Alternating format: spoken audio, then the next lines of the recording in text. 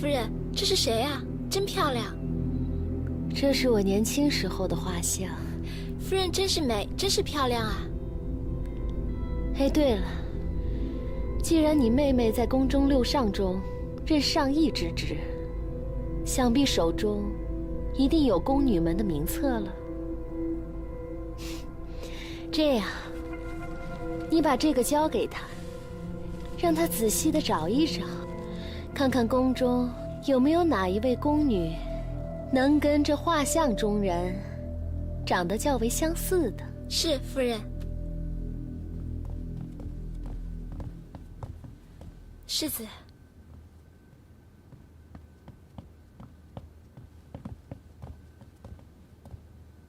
母亲，你又要做什么？没什么呀，只是找出旧时的画像，让他们晒一晒而已。你别骗我了！你分明有想在宫中搞什么阴谋诡计。哎呀，你这孩子，你说什么呢？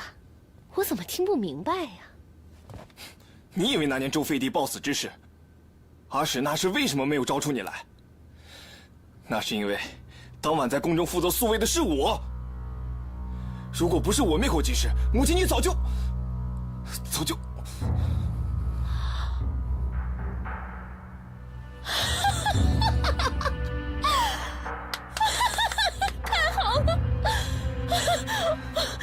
我就说我独孤满陀的儿子，怎么可能一直是个傻子？原来你什么都清楚，什么都明白呀！哎呦，阿渊呐，你听娘说，娘已经……我不想听。娘，都已经这么多年了，难道你还放不下那点执念吗？你真的要害得我们李家满门抄斩你才高兴吗？阿金，快把刚才出去的那个侍女给我拦回来！你甘心吗？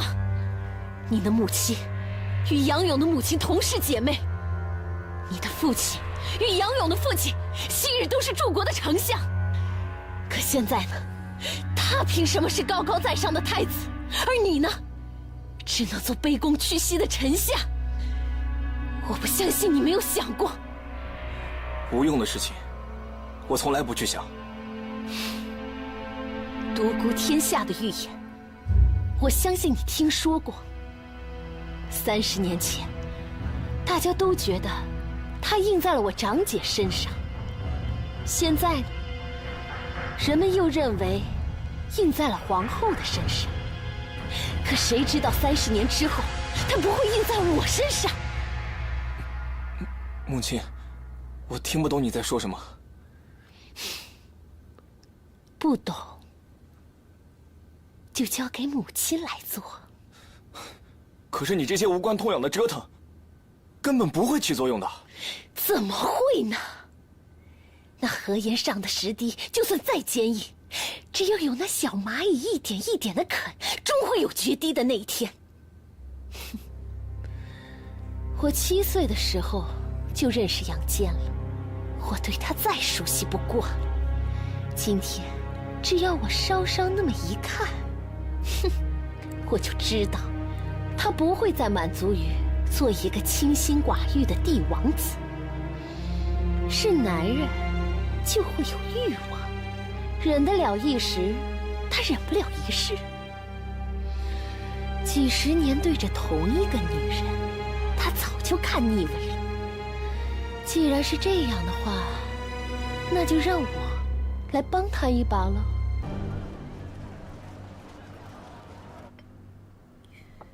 圣上竟如此胡闹，可不是嘛？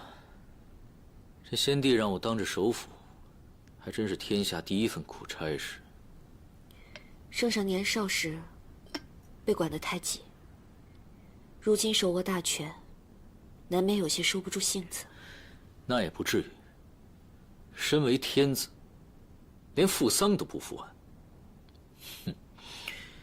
如果不是看在他登基的第一道圣旨，是封咱们女儿为皇后，我早就想把他拉下来痛打一顿了。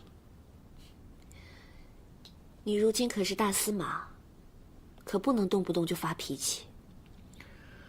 辅政官哪是那么好当的呀？是啊，忍字头上一把刀。我现在终于明白，宇文护为什么要连杀那么多宇文人了。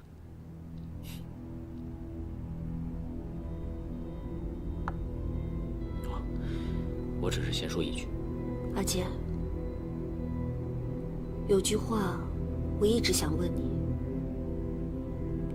阿庸在临去之前，曾经对我说：“你不会久居人下。”你告诉我，你也是这么想吗？我自然不会久居人下。当今我这官位，可算是朝中第一份了吧？你知道我想问的到底是什么？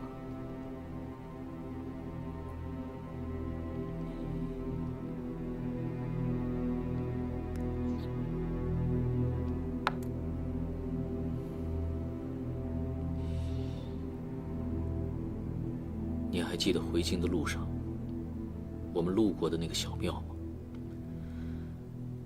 那就是岳父跟魏孝武帝，他们就是在那儿得到了独孤天下的预言。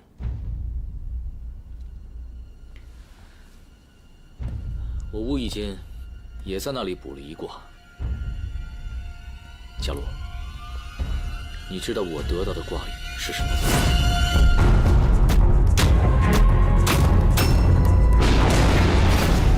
是地星一名，独孤天下。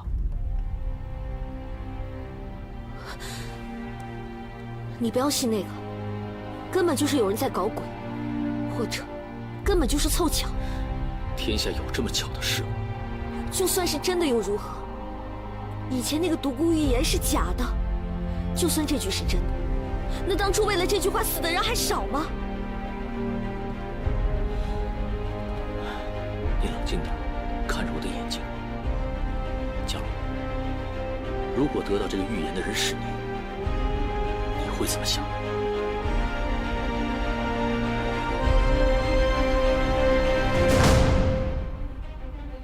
我会忘了的。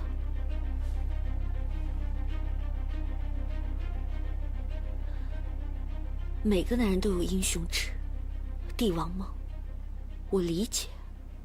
可是阿姐，这10几年来，阿庸一直视我们为至交好友。他不但让你位极人臣，还让丽华戴上了皇后的凤冠。我们不能对不起他。说了半天，你还是为了他。可是伽罗，我才是你的夫君。正因为你是我的夫君，所以我才要阻止你。阿健，帝王梦再好再美，它终归也只是个梦。我不能看着你为了一个虚无缥缈的未来，变成一个背信弃义的人。你在阿庸面前发过誓的，你会竭尽所能，忠心辅佐西皇。难道你忘了吗？好了，那我就把它忘了，这样你满意了吧？阿杰，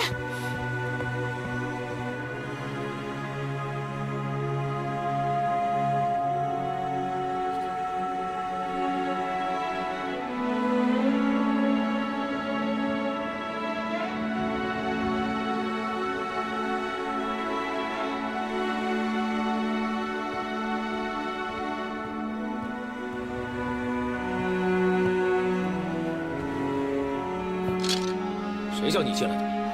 是少夫人让我给您送的点心。出去。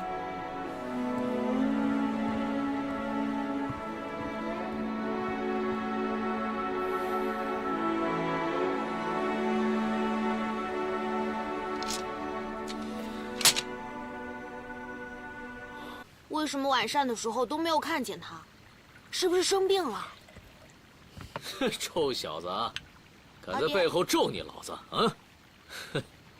哎，啊，让你抱一抱。哎呦，哎呦，爹，你没事吧？没事。来，带弟弟上边上玩去吧。好，阿广，咱们去那边踢球。走吧。哎呦，这阿广最近重了不少啊，腰闪了。哎呀，帮我揉揉呗。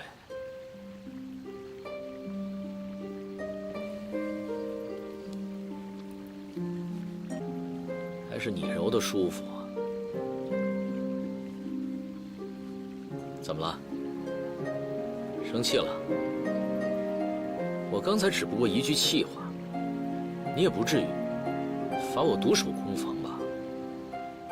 你看，阿勇他们现在已经长大了，个个都精得很，你好歹在他们面前给我留个面子，行不行？我没有，我只是……总之，你别多想。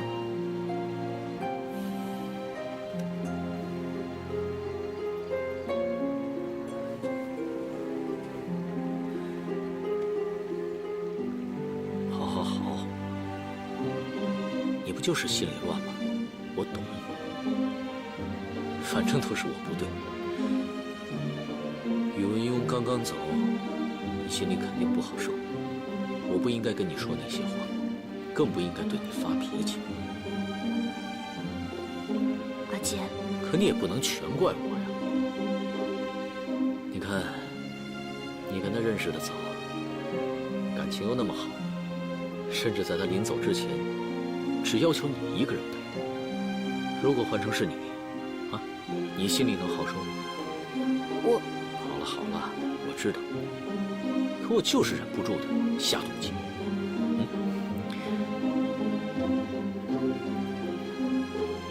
其实你那么的反对，也是因为担心我，对吧？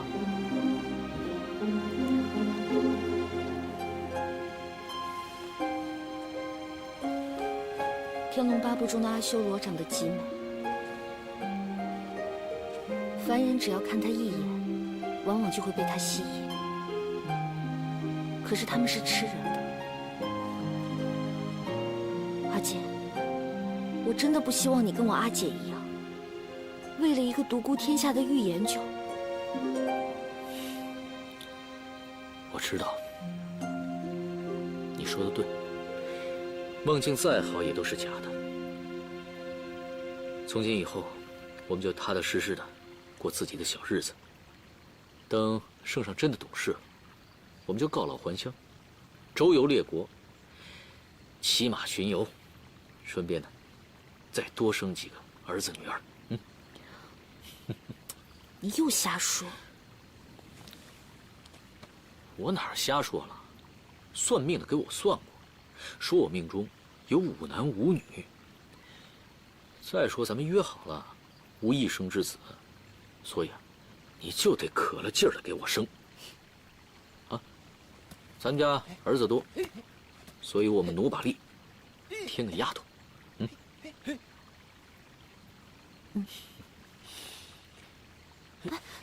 哎，生丫头去。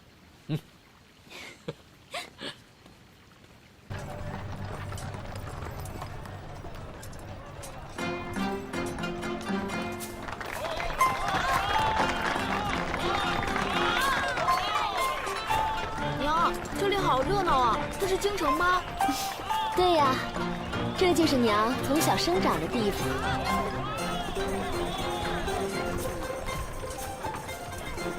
我要吃那个。不行，你是国公，怎么能乱吃那些脏东西啊？你生病了怎么办啊？万一下毒了怎么办？可是，京城这么好玩，你怎么不带我来玩啊？阿娘告诉你啊，之前啊，这里住了一个大恶人，因为阿娘怕他，所以一直带着你啊躲在咱们老家。可是现在好了，这个大恶人死了，所以天就晴了。夫人，还请慎言。怕什么呀？我又没指名道姓。这么多年了，你这性子还是这样。出来之前，妾身不是再三跟你说过吗？行了，我知道。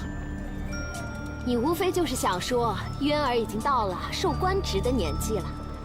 那杨坚呢？现在又是大司马，又是外戚，我们得讨着他点儿。上次在突厥，他欠我一条人命呢，这点小忙，他必须得帮。对了，夫人，令妹那边你要设法教好。杨夫人这些年来书信礼物不断，可是到了你这儿啊，不是生病就是有事，每次回信都是我帮你代写的。求他？除非我死了。呀，夫人，你说什么呢？不过现在他在我面前也没什么可显摆的。女人到了这个年头，早就人老珠黄，拼的是什么？儿子。我的嫣儿已经是国公了，他生的那几个呢，最高也就封个郡公而已。乖，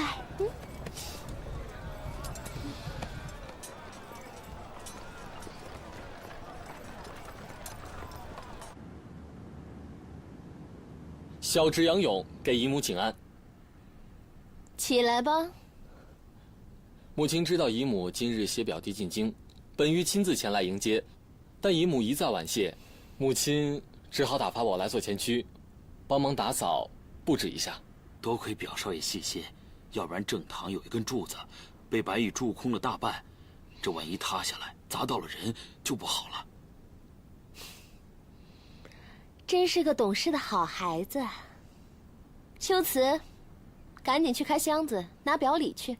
不用不用，姨母您还是先安置吧，需要什么尽管告诉小侄就是。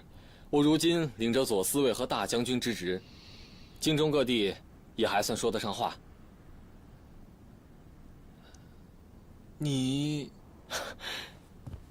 该不会是阿渊吧？我是你阿勇表兄啊！来来来，看一下看一下，怎么还害羞呢？我二弟阿广和你一般大，性子啊可比你活泼多了。来，你看，小马，这是阿广送你的礼物。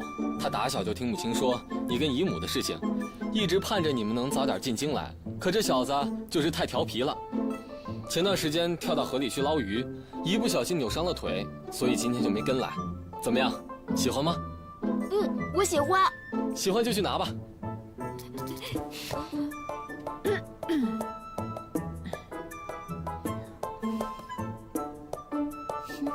还不谢谢表兄啊？谢谢表兄，以后我能经常和你玩吗？当然了，西郊御苑那边能骑马能射猎，先皇特许我们兄弟能自由出入。你要是愿意的话，下次可以带你一起去。好，我现在就想去。娘，我现在就想去。你可是国公，不能光顾着玩耍。明日咱们还要进宫去见圣上呢。没关系，以后机会啊多的是。小侄杨勇先行告退。且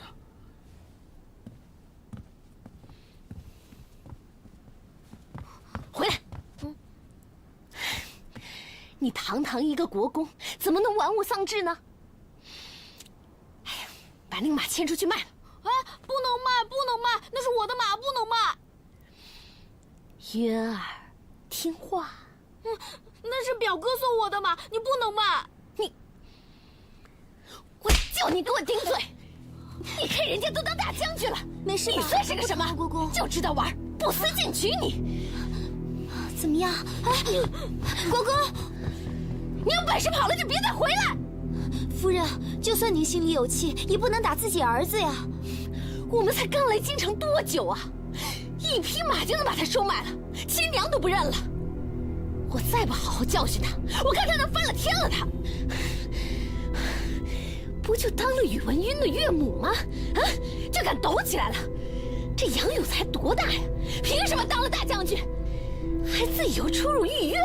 我看他就是在我面前臭显摆。夫人，你给我闭嘴吧你！别老一副忠言逆耳的样子，我受够了。把我那斋衣和宝钗全都给我取出来，好好的相宣伺候。明日命妇进宫朝拜，我绝对不能比他落了下乘。不好了，出大事了！说，西洋军官宇文文被圣上杖毙在云和殿。什么？怎么回事？昨日命妇入内朝见，圣上不知道怎么回事，就看中宇文文的夫人尉迟氏，当晚就没放她出宫。今日宇文文急怒之下扣缺寻妻。结果圣上说他伙同其父谋反，便当场处死了他。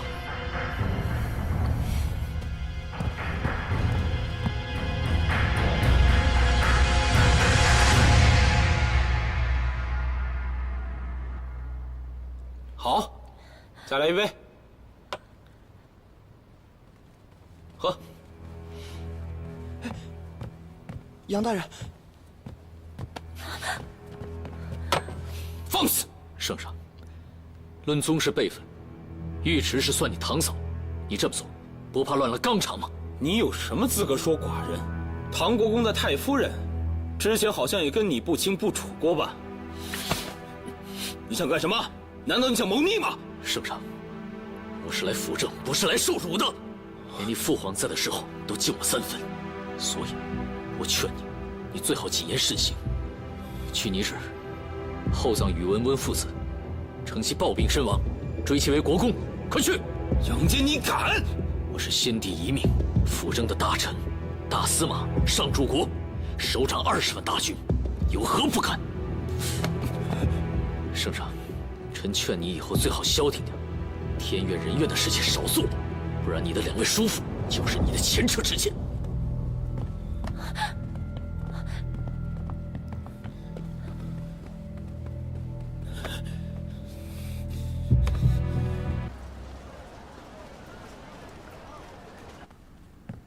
你怎么能这么跟他说话呢？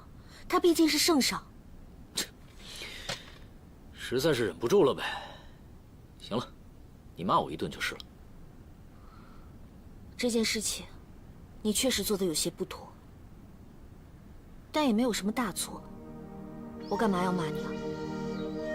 只是以后再做这种冲动的事情，千万不要让其他大臣瞧见了。那以后没人，我就可以教训他了。那也要注意一下分寸，毕竟咱们现在是外戚，要是落下什么话柄，很有可能会被群起而攻之的。不好了，齐王宇文宪造反了！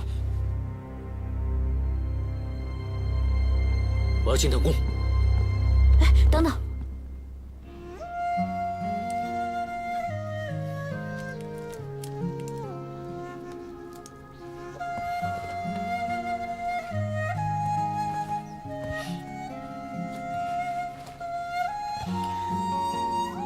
马上召集伏兵，万一我回不来了，你一定会回来的。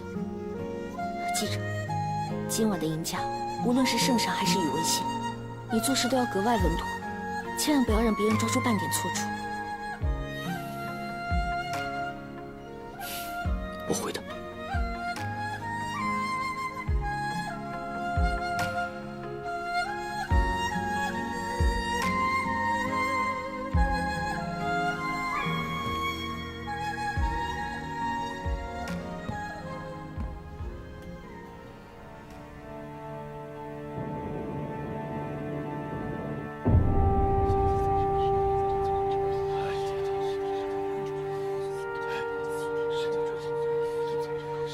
怎么像是被绞死的？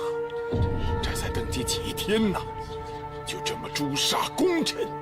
哎呀，是啊，这可怎么办呢？大司马，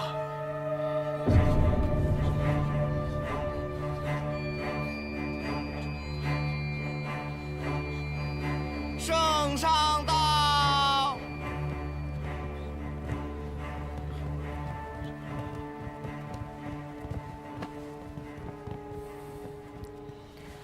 臣参见圣上。都起来吧。谢圣上。众卿都看到了，宇文宪深夜进宫，逼寡人交出太师之位未果，便要刺杀寡人。幸得尉迟老柱国出手相助，才得以诛杀。尉迟迥护驾有功，擢升为大前仪，与大司马杨坚共行辅政之职。哦，对了，杨大司马，宇文宪临死交代，说他今日之举是与你同谋，你怎么解释？臣不敢。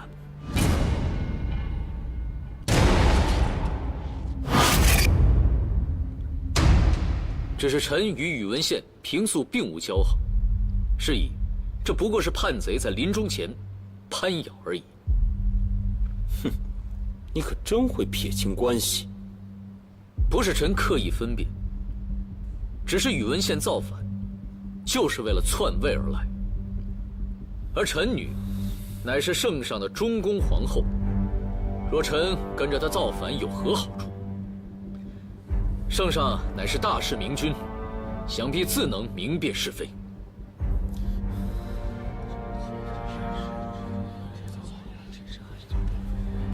不错，臣敢以身家性命担保，杨大司马一贯忠心耿耿，绝不会和反贼有勾连之嫌。臣附议。杨大司马乃是先帝驾崩之前亲自选定的辅政大臣，自然一片担心。请圣上明辨是非。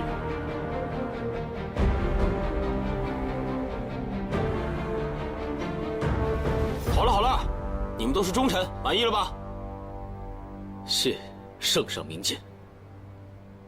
对了，还有2件喜事。第一，寡人要册封生母为帝太后。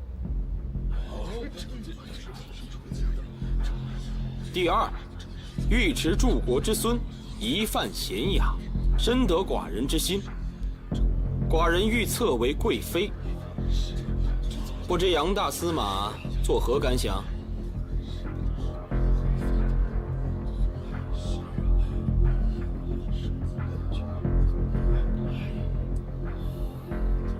这是圣上家事，臣何敢智慧？哼，岳父大人，您今晚严谨得很呐，可不比早上的天壤之别啊！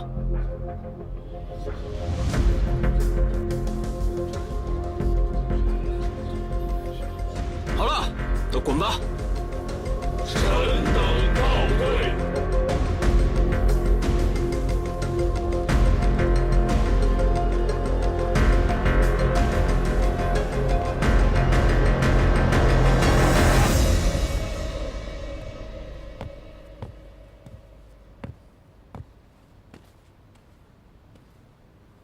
这个老奸巨猾的东西，居然不上当！要是他能像今天早上那样对待朕，寡人早就以下犯上杀了他。可怜你准备的那些刀斧手了。臣早已说过，陛下这个计设得早了些。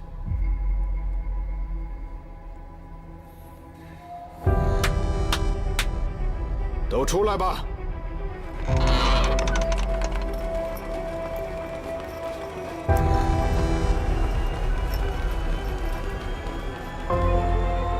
不过寡人今天还是挺开心的，不知皇后多了一个姐妹，会不会更高兴？不经意辗转一生，回头看这风景，始终为你的。哪怕爱你世间梦一冷，愿陪你浪迹一生。那是什么字啊？怎么又有新皇帝登基啊？宇文邕的儿子去世了？隋王受禅，已于几日前登基，因嫌隋字不详，故改走为尔，定国号为隋。隋？隋王是谁？我只知道杨坚是隋国公。难道？圣上爱重皇后，所以推恩于皇后母亲。独孤家的男子，皆得了国公及大将军高位。皇后还特意向圣上为你求情，所以这次我们才能把你接出寺来。夫人，你一会儿要好好梳洗。皇后在凤仪殿备了私宴，就是想和兄姐好好叙旧。我不去。夫人，你在寺里修行了这么久，怎么还是没有清醒啊？你的妹妹现在是皇后，圣上不单让她参政，还让宫中称她夫妇为二圣。现在你和她相比，就像是阳光下的一粒尘埃。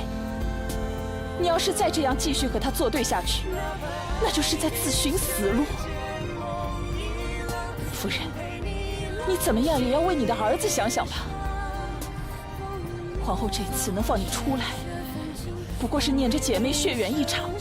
如果你再次触怒圣上，想必连唐国公也会忘了你这个亲生母亲了。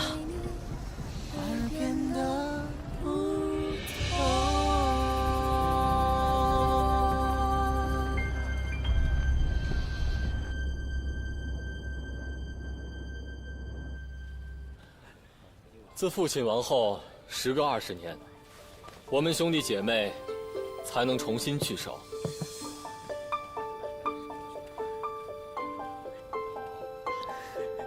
怎么不见皇后呢？殿下去接圣上下朝去了。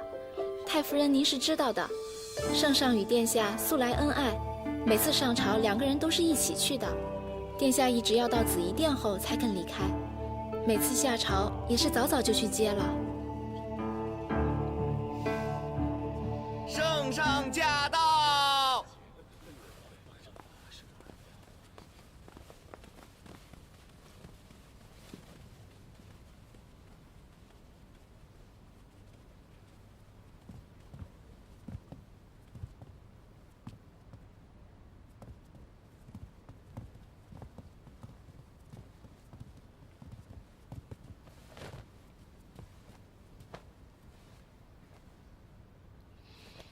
参见圣上，参见皇后。平身。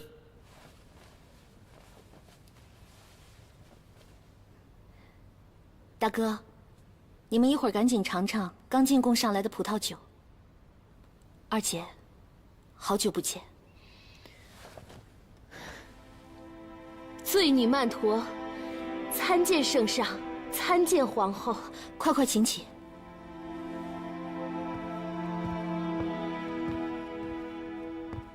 殿下，请听臣妾把话说完。这些年，臣妾一直在寺中潜心修佛，闲暇之余，也会回想起那些陈年旧事。臣妾虽然野性独孤，可一直自卑于自己庶出的身份，才会心生妒忌，一次次作茧自缚。幸好圣上和殿下一直对臣妾宽宏大量，才苟活至今。如今，臣妾已经大彻大悟，不求圣上和殿下的原谅，只愿回到寺中，为先夫祈求冥福。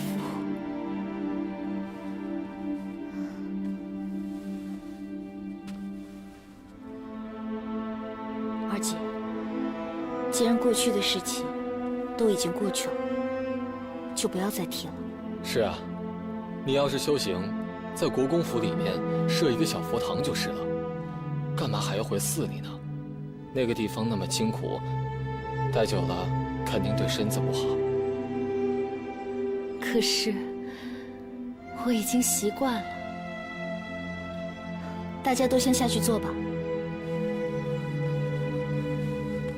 而且，你就听我的吧，就在国公府里啊住着吧。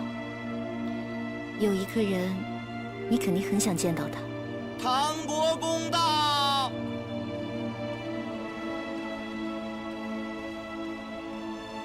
参见圣上，参见皇后。姨母，到底是什么好东西你要给我？又不稳重了。来，你看看这是谁？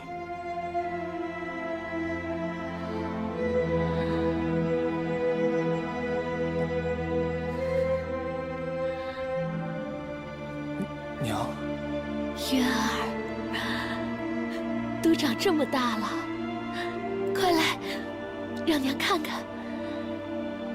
你多陪你娘聊聊天，以后啊，你娘就可以一直在国公府里陪着你了。啊，那我是不是不能跟阿广他们在一起住在宫里了？不行不行，姨母你可不能赶我走啊！谁说要赶你走了？你现在可是管着宫中禁军的牵牛背身，这闲殿屋子一直都留在那儿，也不会跑。倒是寡人怕你3天2头的跟阿广他们抢东西吃，把你姨母都吃穷了。姨母，你说圣上他又欺负我。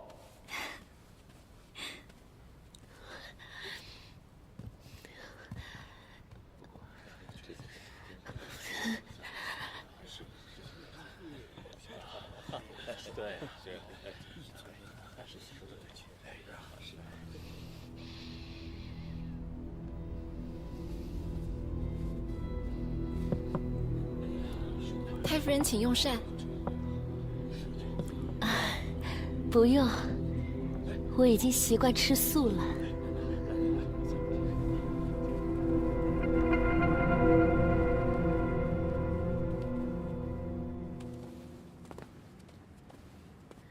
二姐，回到国公府之后，一有时间，就来宫里多陪陪妹妹吧。好，你看这宫里啊，我也没人陪我说话。你觉得他是真变了，还是只是做做样子？不好说。不过他以前认错的时候，多半会含着眼泪，楚楚可怜的边说边瞧着圣上您。可今天他一直低眉顺眼的，一直连头都没有抬。找个人进唐国公府，悄悄监视他。遵旨。怎么？觉得寡人对以前的未婚妻都如此提防，实在太狠心了吧？臣不敢。只有做了九五之尊，才知道皇权是个多么可怕的东西。在他面前，烈华和我20几年的父女情谊，都因为几句谣言，全部险些化为泡影。所以任何事情，我都不能不提防。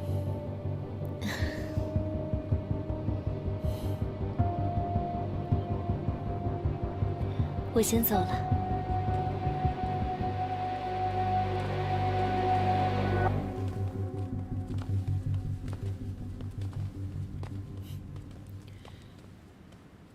今天讲了这么多的话，累不累啊？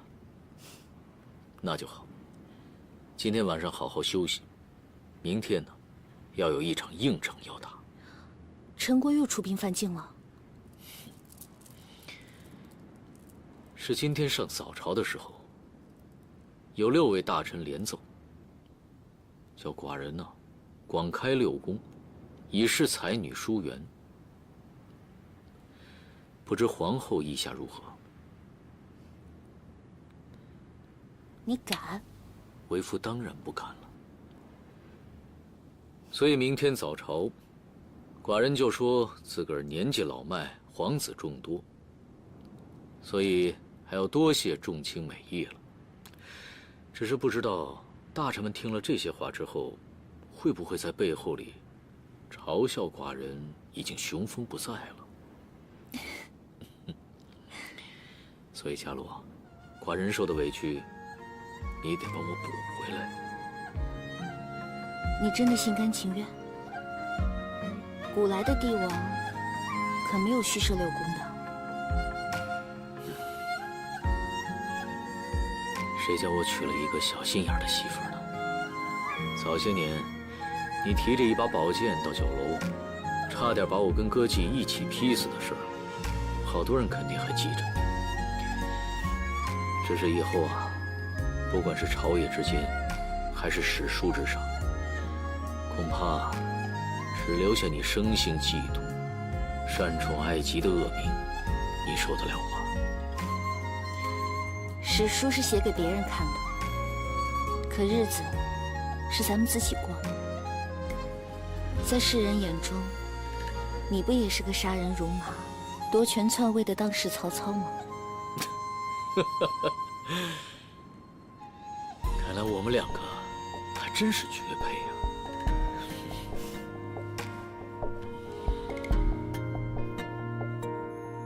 娘啊，您是不知道，圣上一说要虚设6宫啊，这朝堂上都快炸了，好多老臣马上就跪下来，边磕头边说这万万不可。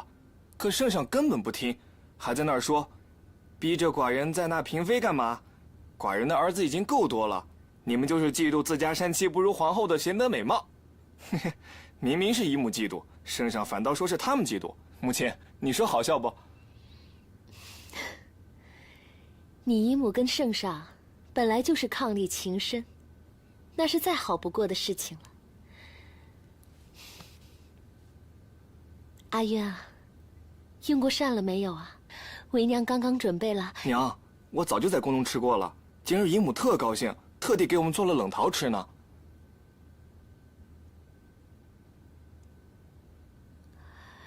啊，那你去练剑吧。是。秋寻，你跟着国公，别让他招了风。是。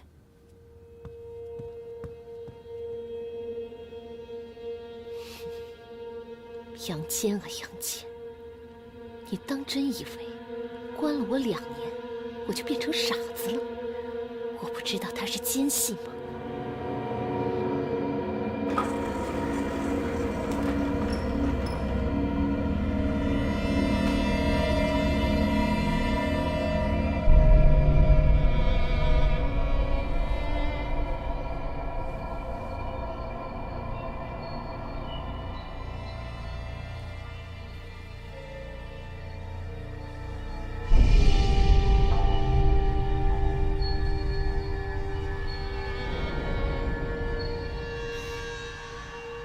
怎么样啊，姨母？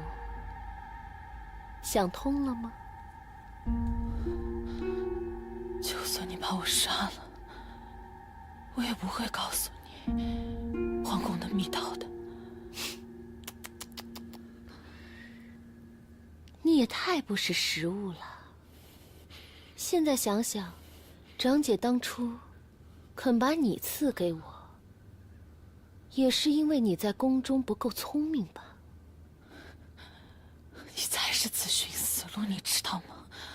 都这个时候了，你还想着和圣上皇后作对啊？你居然还想着和那个安史那太妃来联手？你知不知道，现在突厥人是我们的死敌呀！我管他们是谁，反正现在我已经什么都不剩了。我的头发白了一半，我的月儿几乎成了别人的孩子。那杨坚本来应该是我的夫君，我才应该是那个戴着凤冠的皇后。是他们把我害成这样的，是他们！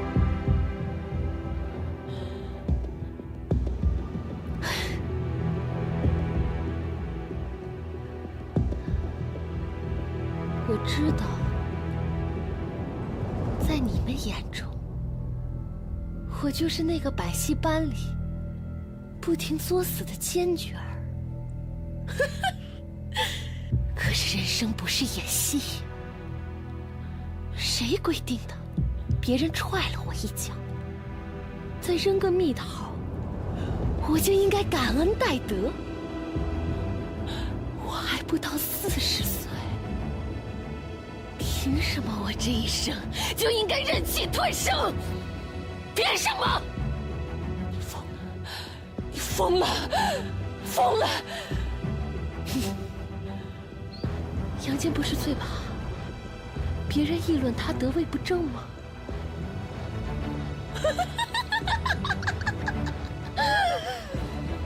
你等着！我再问你一遍。说还是不说？疯子，你是个疯子！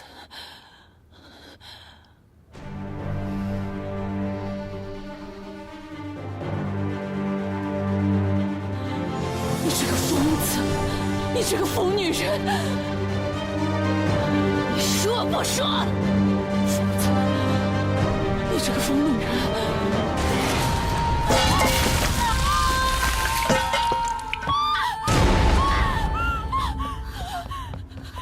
怎么回事？婵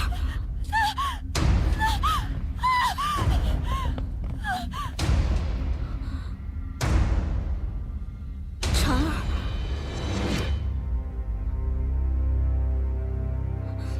婵儿，婵儿，婵儿。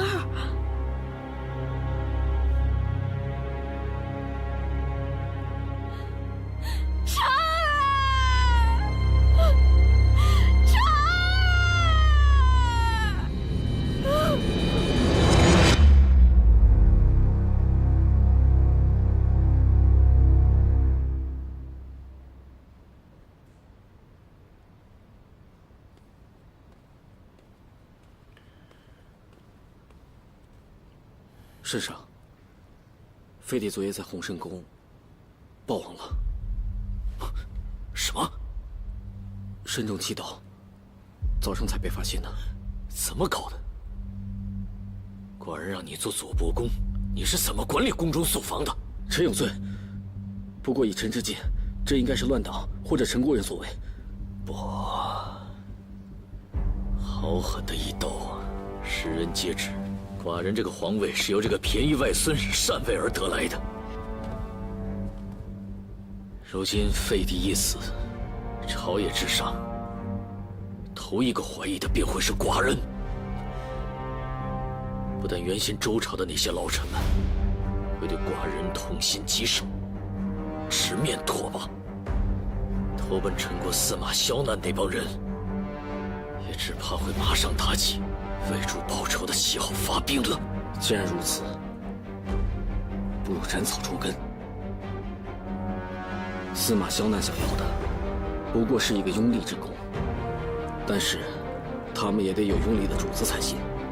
废帝年幼无后，但是先周宣帝嫔妃仍育有来王和尹王。周武帝之子中，汉王宇文赞、秦王宇文智等6人也在世。只要我们抢先动手，让他们全部被陈国刺客所杀的消息天下皆知，世人就不会怀疑您是杀害废帝的凶手。因为按常理而言，您为了身后之名，绝对不会做这么绝。不行，我答应过家洛，要保他们一世安康富贵。陛下，是一国之存亡重要，还是您对皇后的承诺重要？我朝处理，江山若是不稳，死的不单是臣等，还有圣上，还有皇后，还有诸位皇子皇女。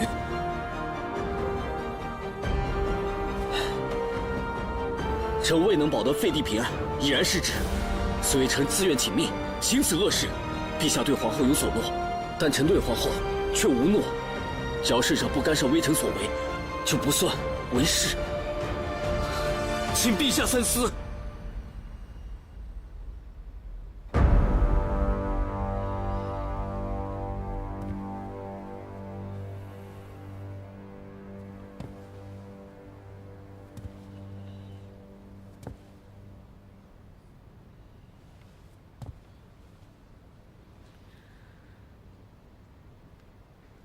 你去吧，寡人就当今天没有见过你。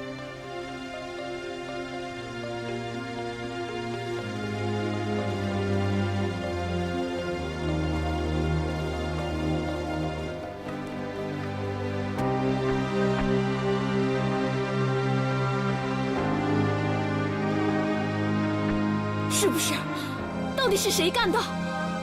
圣上到！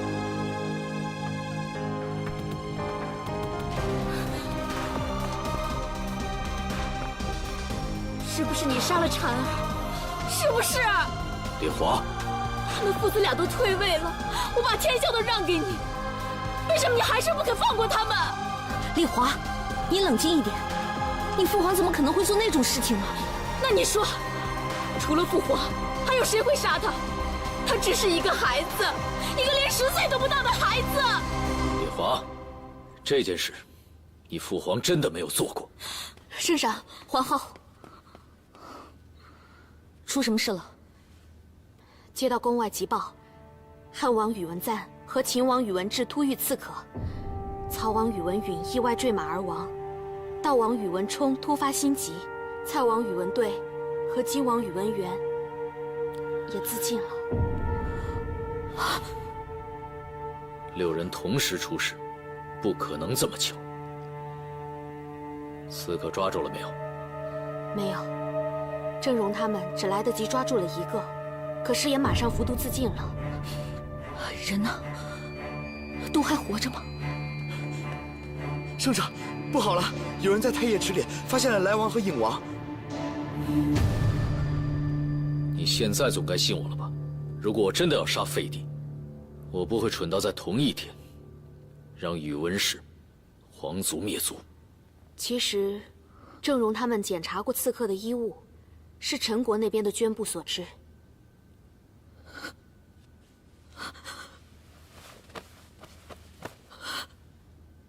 阿勇，对不起，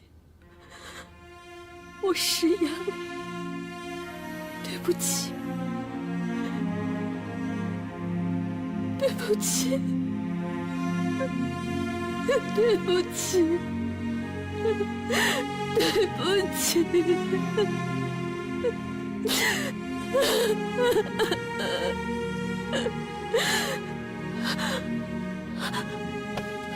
皇后，皇后，沙鲁，母后，沙鲁，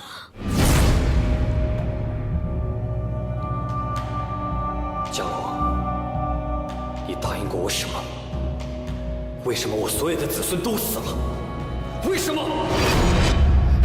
阿勇，阿勇，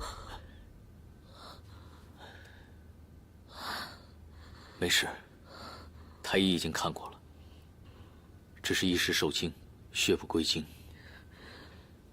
来，把药吃了。我不喝。伤心归伤心，这病得治吧。宇文湖偷袭那一次，我发过誓的，只要你能活下来，我就一生不进药室。何必这么较真呢？用不着跟自己的身子过不去。这不是较真，这是守诺。我没做到的承诺已经太多了。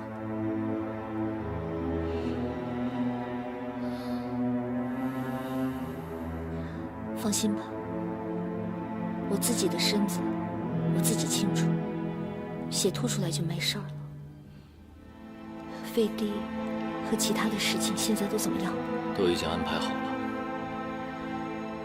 有司果然在蔡王的一个小厮尸体上发现了一封血书，上面写着蔡王等人都是受我逼迫而自尽的。还好满朝文武都不是蠢材，大多数都能看得出来，这不过是陈国国主陷我于不义的离间计。那你准备如何？厚葬宇文一族之后，我就准备起兵讨陈。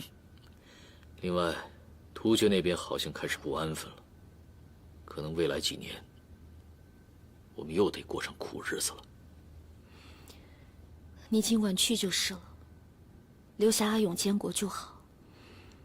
要是不放心政事，有我帮你看着。好。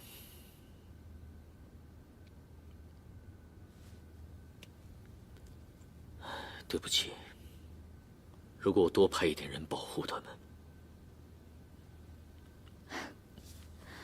不怪你，夜深了，你早点回乾安殿歇息吧。今晚，我想让丽华来陪我一起住。好，我现在就派人把丽华找来。阿杰，这件事当真和你无关吗？当然。当真。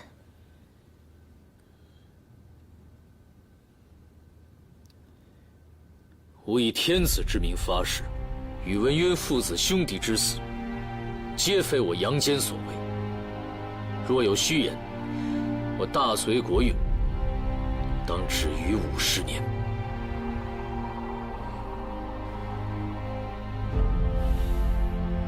这么重的事，你总该相信我了吧？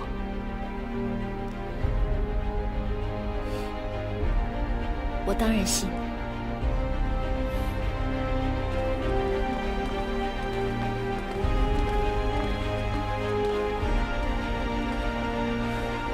圣上，已经查出来了，是太后阿史那氏，她的人从早年废弃不用的密道潜入了洪圣宫。让他病亡吧。太后已经自尽。好，寡人知道了。圣上，奴婢在追捕刺客途中受了重伤，恐怕活不了2日了，还望圣上恩准臣妾回家。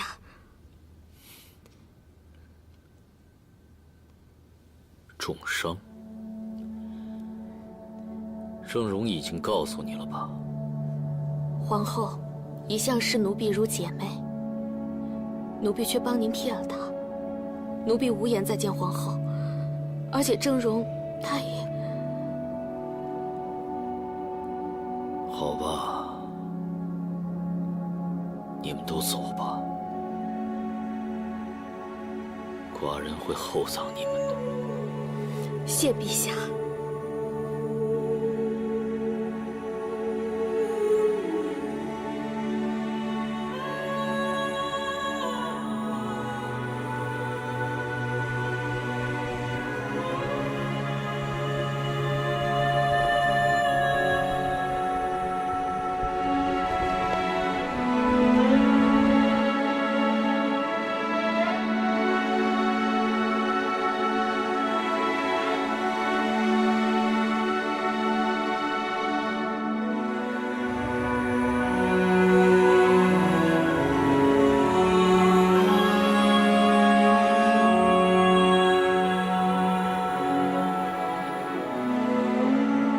圣上灭掉梁陈两国，统一了中原，连500年以来一直桀骜不驯的突厥人，也第一次正式臣服于汉天子，连百官都开始齐声称赞，说我的丈夫是不世出的英雄，是受命于天的准龙王。可是，为什么我却一直没有办法真正的开心起来？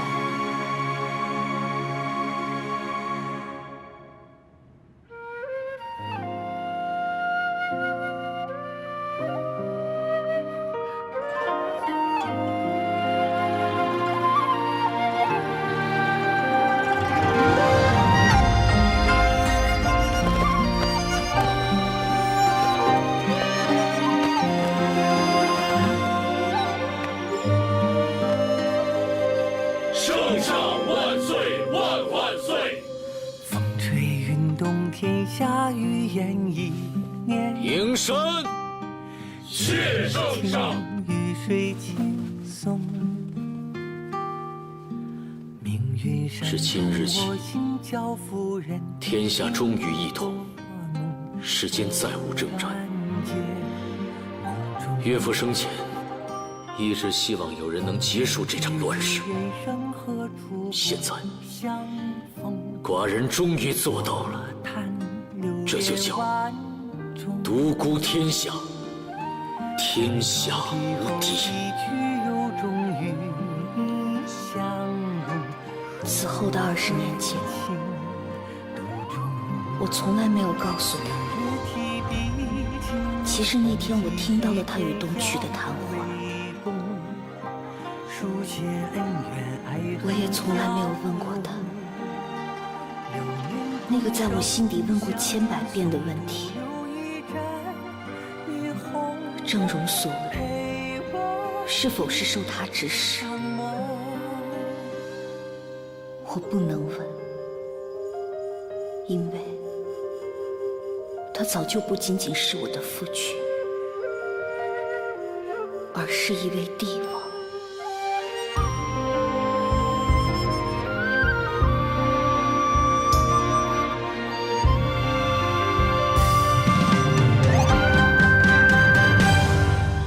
红尘只与人生何处不相逢？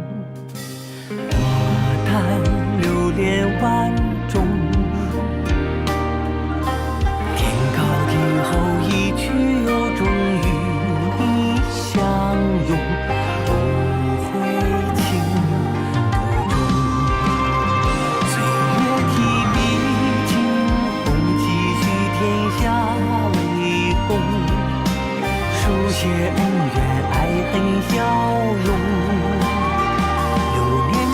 手相送，不留一盏霓虹，陪我一场梦。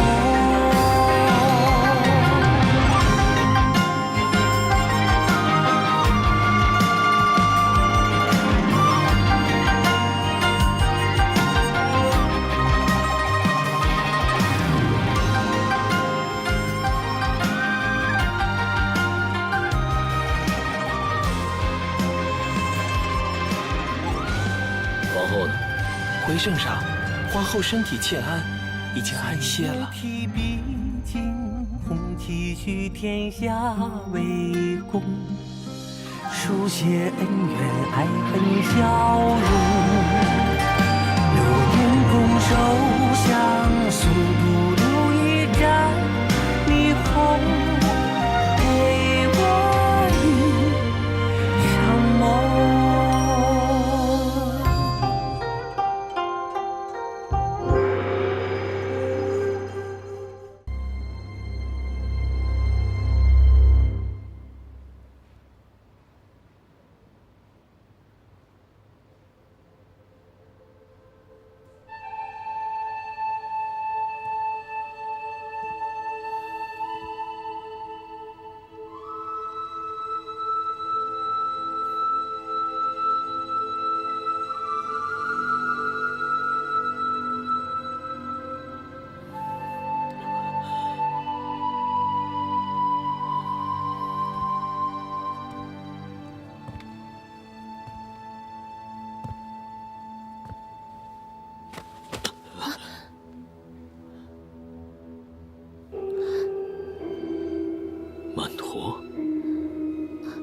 禀圣上，此处没有曼陀罗花。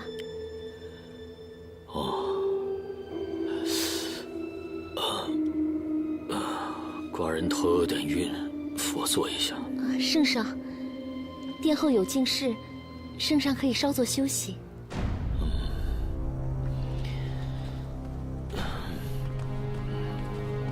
你是何人呢？奴婢小名繁叶，是新分来的洒扫宫女。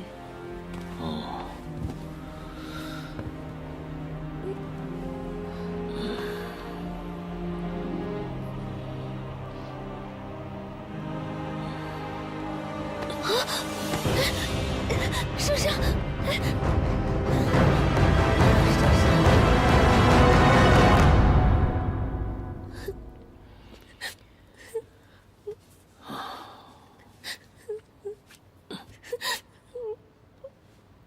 哎呀，好了，哭什么哭啊？真是中了邪了！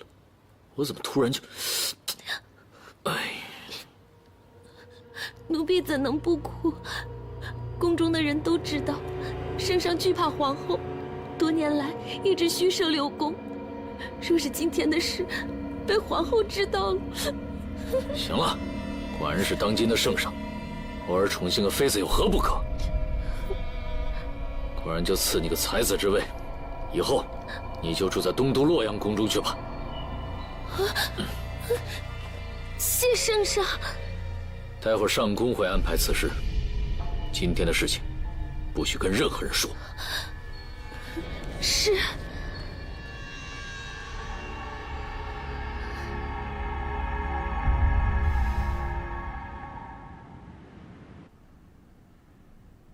云昭训不过是个妾室，你身为太子妃，怎么能容他爬到你的头上去了？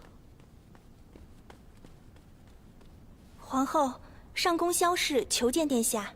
宣。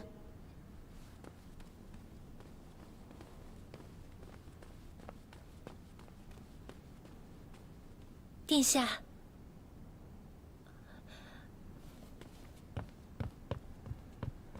皇后，陛下宠幸了一名宫女。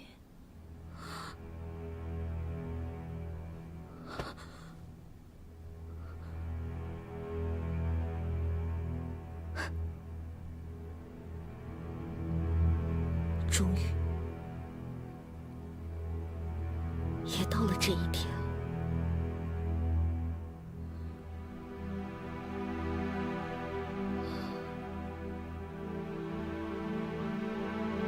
那个宫女叫什么名字？这是她的官旗，请殿下一阅。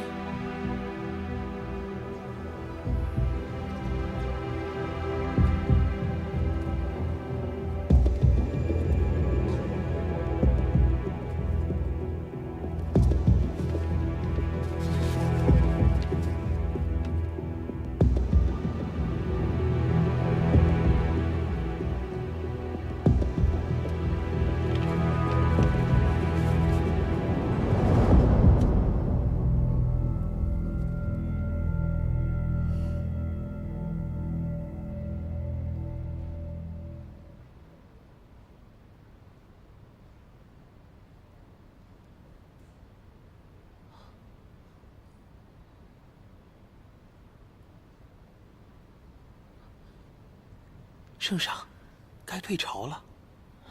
昨天寡人交代你的事情，办得怎么样了？这没办好，赶紧去办，千万别让皇后知道了。圣上，不是奴才无能，是那个叫樊毅的宫女，已经被皇后赐了白绫了。什么？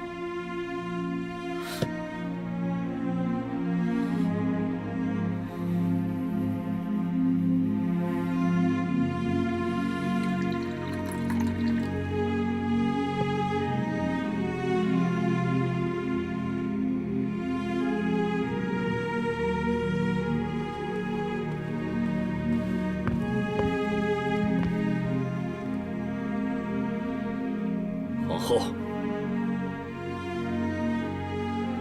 圣上是来向臣妾问罪的吗？你为什么要杀了他？寡人是对你发过誓，说此生绝无义父之子，寡人也做到了。你为什么连一个小小的宫女都容不下？如果她真的是一个小小的宫女，你就不会这么生气的来质问臣妾了。独孤伽罗，你也该够了！寡人为了你虚设6宫多年，你还不满足吗？寡人知道，自打废帝一死，你就对寡人起了疑心，一直对寡人不冷不热，寡人也都忍了。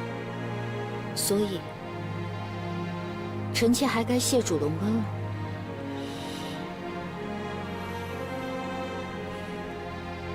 圣上若觉得臣妾有罪，就请废臣妾后位，臣妾绝无多言。你好，你不过是仗着寡人一直纵着你。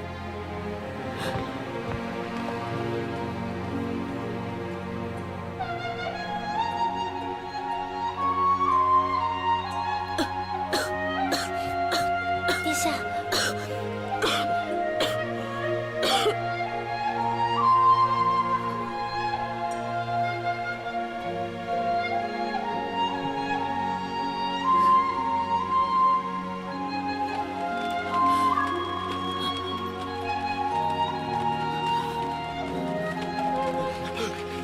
圣上，圣上，圣上，圣上，圣上，圣上，圣上，圣上，圣上，圣上，千万别冲动啊，圣上！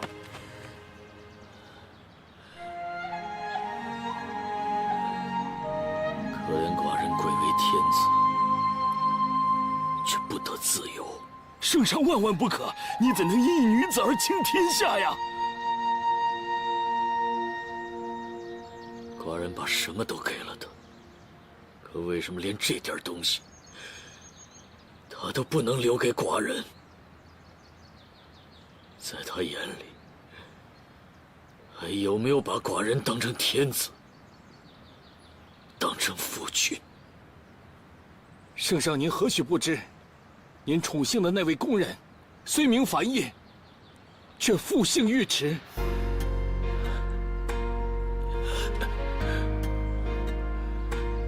其父尉迟敦，居于大萧2年，死于陛下剑下。上宫已搜过灵光殿尉迟氏住所，在其中发现未燃尽的迷香。陛下，皇后虽妒，却绝非不明大体之人。尉迟氏既别有用心，难免心怀不轨呀！陛下，伽罗，伽罗，圣上，伽罗，伽罗，参见圣上，皇后不在殿内。那她去哪儿了？殿下说自己触怒圣上，已无言居于宫中，故已回旧居思过。起换了秋色，愿知晓又继续盛放满陀螺。伽罗，伽罗，你出来啊！是寡人错怪你了，别生寡人的气了。伽罗，伽罗，你出来呀！伽罗。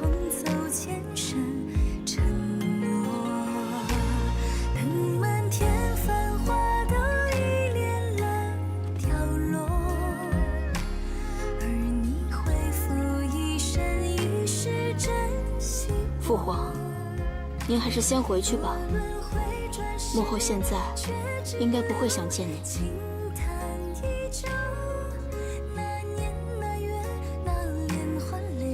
他为什么要这么对待寡人？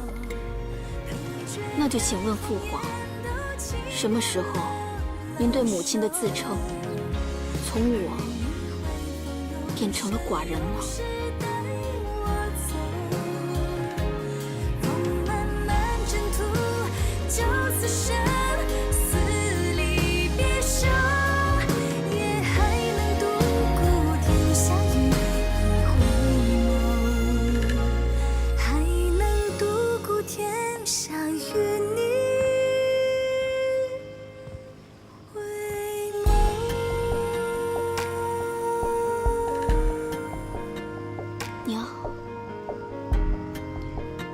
瞧瞧他们，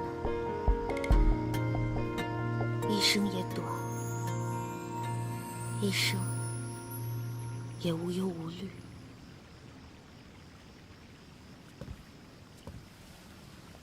娘，虽然知道您发誓一生不服药，但您早上毕竟吐过血，进些参汤总是可以的吧？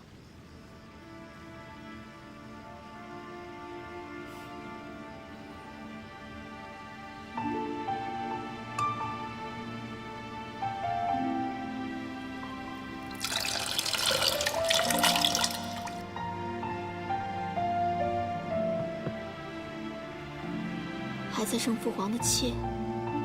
如果我说我没有，你会不会觉得我在撒谎？您和父皇只是误会，既然不生气了，还是解开的好。其实之前我也一心认定，你和父皇就是杀害阿晕一家的凶手。可直到我看您跪在凤仪殿，哭着对阿晕的父皇说对不起的时候，我才知道自己一直都错怪了你们。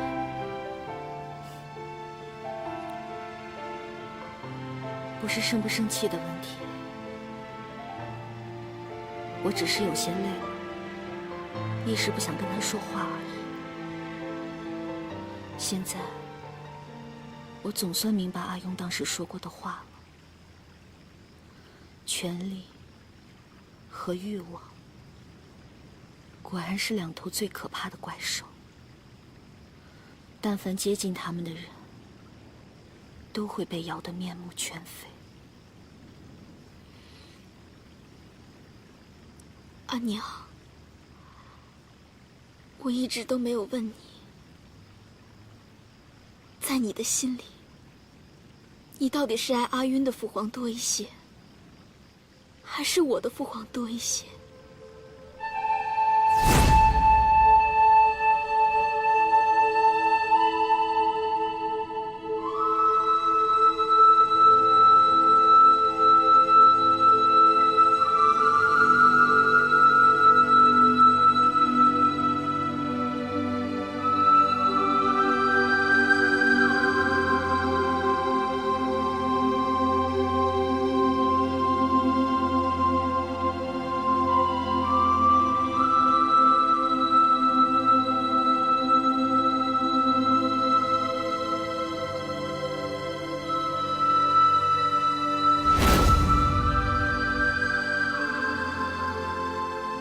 人生50年，每一天每一刻都不相同。今日的你，很难去和昨日比较多了几根白发，所以我也很难回答你这个问题。总之，年少时，我确实和阿晕刻骨铭心过。后来，又真的跟你的父皇心心相印过。你和父皇真的只能是曾经了吗？这么多年了，早就从夫妻变成了家人，哪里还需要什么心心相印了？所以这一次，我伤心归伤心，却始终恨不起他来。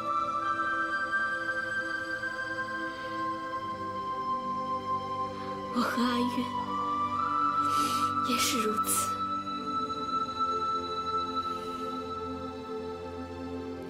阿娘，如果上天让你重选一次，你会选择谁？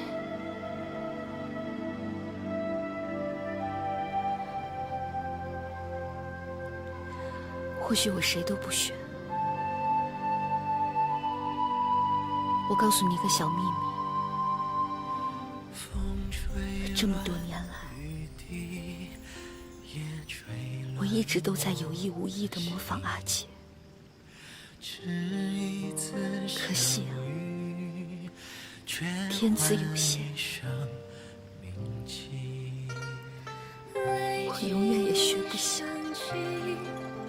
是爱你的宿命，封存了回忆，今生只愿为你。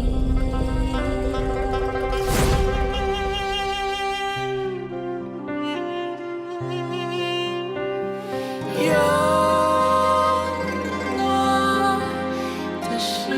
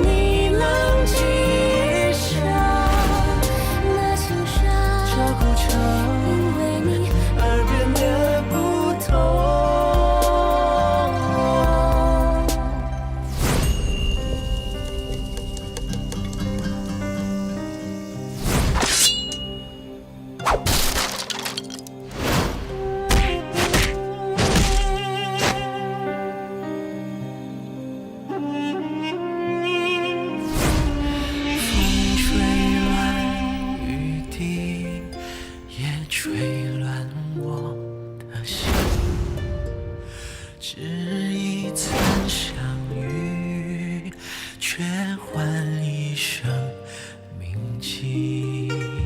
历经一生情，是爱你的宿命，封存了回忆，今生只愿为你。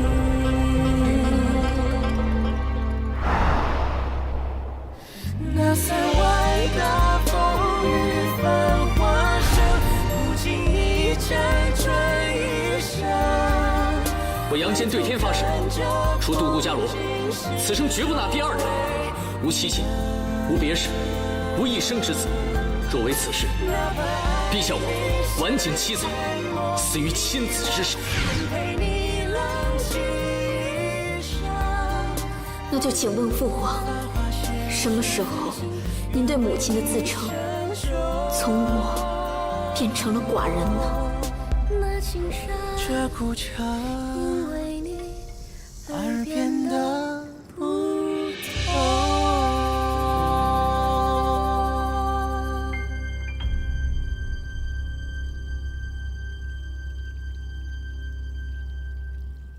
还记得你小的时候特别爱哭，你父皇第一次见到你的时候啊，你还吐了他一身呢。啊？那他后来怎样？现在想想，那天还真是尴尬。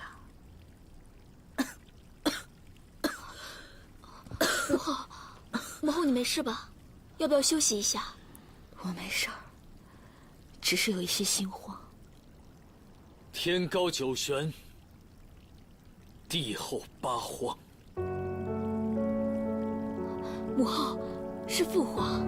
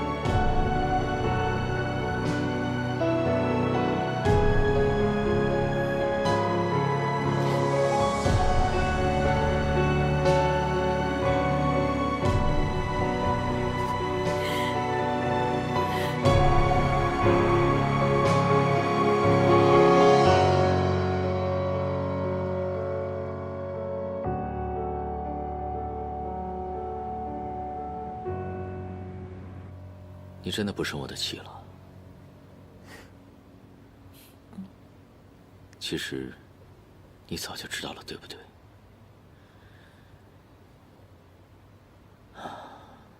废帝之死，虽然真的不关我的事，可是……阿坚，阿坚，你知道吗？也是到了现在，我才明白，原来喜欢一个人，最坏的结果竟然是，就算我知道他愚蠢、残忍、自大、变心，可我还是喜欢他。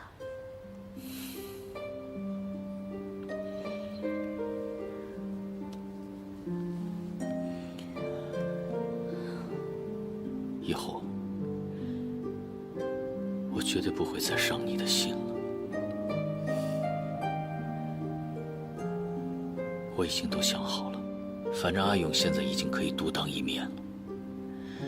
明天一上朝，我就立刻跟百官去商量让位的事。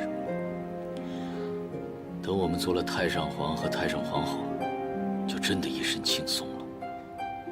到时候，我就带你去游历天下，去泰山，去江南。我记得你跟阿广说过，那儿有一种琼花，特别的美，而且你是从你母亲那儿听到过的，还没见过它长什么样。我带你去看看，好不好？好。感觉乘车太累了，咱们就走水路。陈国有一种楼船，又高又大又安稳。如果你愿意啊，咱们就一直开到海上去。啊，你还没有见过海，对不对？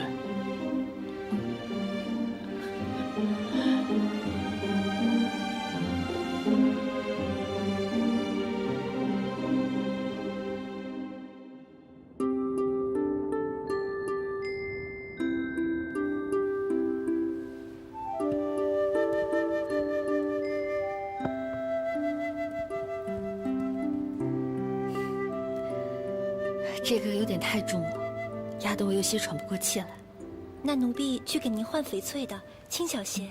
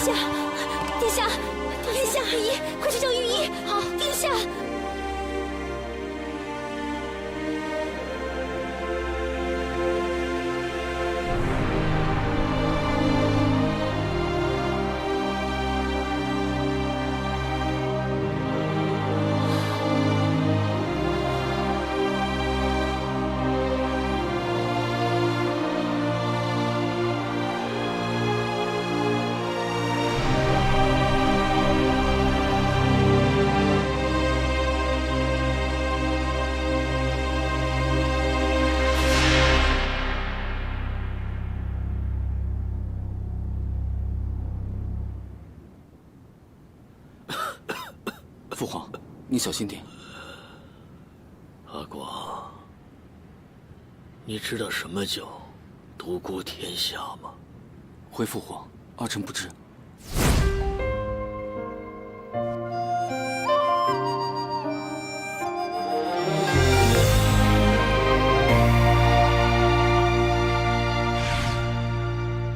问世间圣上万岁万万岁！多少流年，才会有一次擦肩？铭记岁月，菩提树下有见，缘可卷指尖。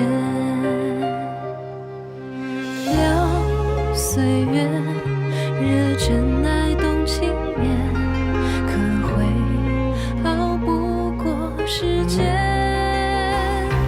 百转千边缘，最好是成全。含笑一度你容颜，天地多辽远。寡人以前也不知道，可现在总算明白。